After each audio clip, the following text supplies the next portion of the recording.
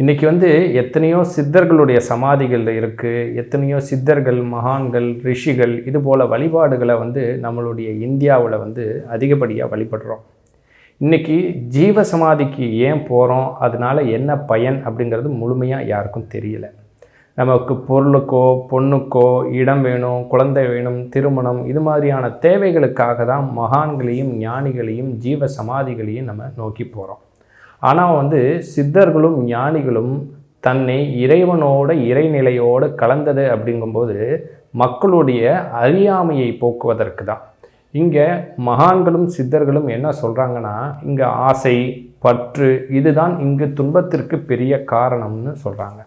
அப்போ இன்பமாக இருக்கக்கூடாதான்னு கேட்டால் கண்டிப்பாக இன்பத்திற்கு அப்படிங்கும்போது ஒரு எல்லை இருக்குது.